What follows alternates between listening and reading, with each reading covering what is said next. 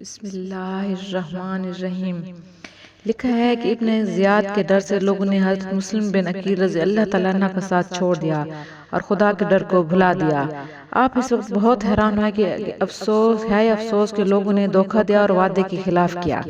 حضرت ہانی صحابی نے آپ کو اپنے گھر میں ٹھہرایا۔ ابن زیاد نے حضرت ہانی کو بلا کر کہا کہ مسلم کو لاؤ۔ انہوں نے کہا خدا کی قسم اگر مسلم میری بغل میں بھی ہو تب بھی تجھ کو نہیں دوں گا۔ ابن زیاد نے ان کو اسی وقت شہید کروا دیا کہ لوگ مجھ سے ڈریں اور کوئی مسلم کا ساتھ نہ دے۔ حضرت مسلم رضی اللہ تعالیٰ عنہ نے سنا کہ ہانی کو شہید کر دیا۔ آپ کے دل میں ایک جوش اٹھا۔ آپ نے اپنے بچوں کو قاضی شریح کے سپرد کیا اور جو لوگ آپ کے ساتھ ان سے فرمایا مرد بنو، ہمت نہ ہارو، آؤ میرے ساتھ چلو، اور ننگی تلواریں لے کر ایک دم ابن زیاد کے مکان پر چڑھ گئے۔ ابن زیاد نے کثیر ابن شہاب اور محمد بن اشعث اور ابن ربیع اور شمر وغیرہ حکموں کو حکم دیا کہ ان لوگوں کو ڈراؤ اور ہٹاؤ اور کہہ دو کہ یزید کی فوج آ گئی ہے، تم کو زندہ نہ چھوڑے گی، اگر زندگی چاہتے ہو تو آرام سے اپنے گھروں میں بیٹھو۔ اس اعلان کے سنتے ہی وہ 500 آدمی بھاگ گئے اور حضرت مسلم رضی اللہ تعالیٰ عنہ اکیلے ہی رہ گئے۔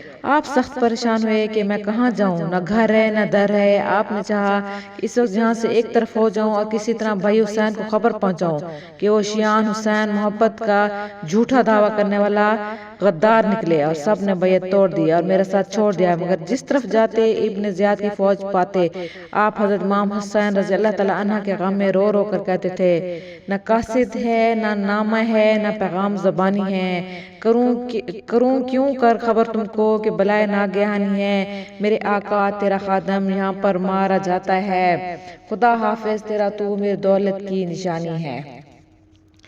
ابن زیاد نے اعلان کروایا جو مسلم رضی اللہ تعالیٰ عنہ کا سر کاٹ کر لائے گا وہ انعام پائے گا۔ حضرت مسلم رضی اللہ تعالیٰ عنہ اکیلے پیاس کی تیزی سے بے حواس بی بی طوعہ کے دروازے پر آئے اور پانی مانگا۔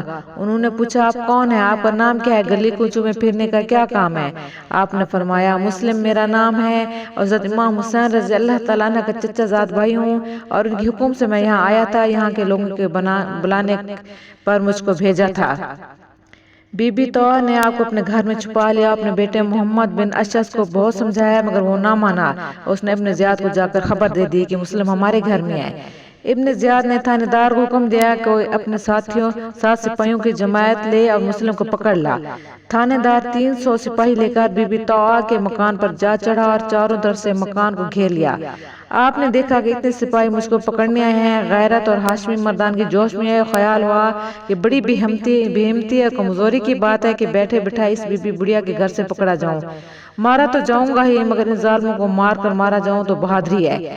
بس آپ شیر کی طرح بڑی مردانگی سے ننگی تلوار ہاتھ میں لے کر گھر سے باہر ہے اور نعرہ تکبیر بلند آواز سے مار کر ان پر تلوار چلا دی اور ان میں سے کسی کا حوصلہ نہ پڑا کہ آپ اس کے سامنے اور حملہ کرے، لیکن ایک سپاہی نے کوٹھے پر چڑھ کر آپ کی پیشانی پر ایسا تیر مارا کہ آپ کا چہرہ خون سے رنگا گیا اور خون کے نکلنے سے آپ کے بدن میں کمزوری ہو گئی مگر بہادری کے کمال کی وجہ سے گرے نہیں اور ایک دیوار سے کمر لگا کر کھڑے ہو گئے۔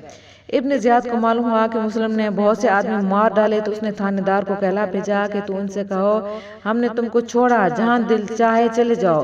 تھانے دار نے آپ کو انہی باتوں میں لگا لیا اور سب لوگوں نے جمع ہو کر آپ کو پکڑ لیا، ابن زیاد کے پاس لے گئے اور اس نے کہا اے مسلم تم نے امام زمان یزید کی بیعت نہ کی، اپنی جان مصیبت میں ڈالی۔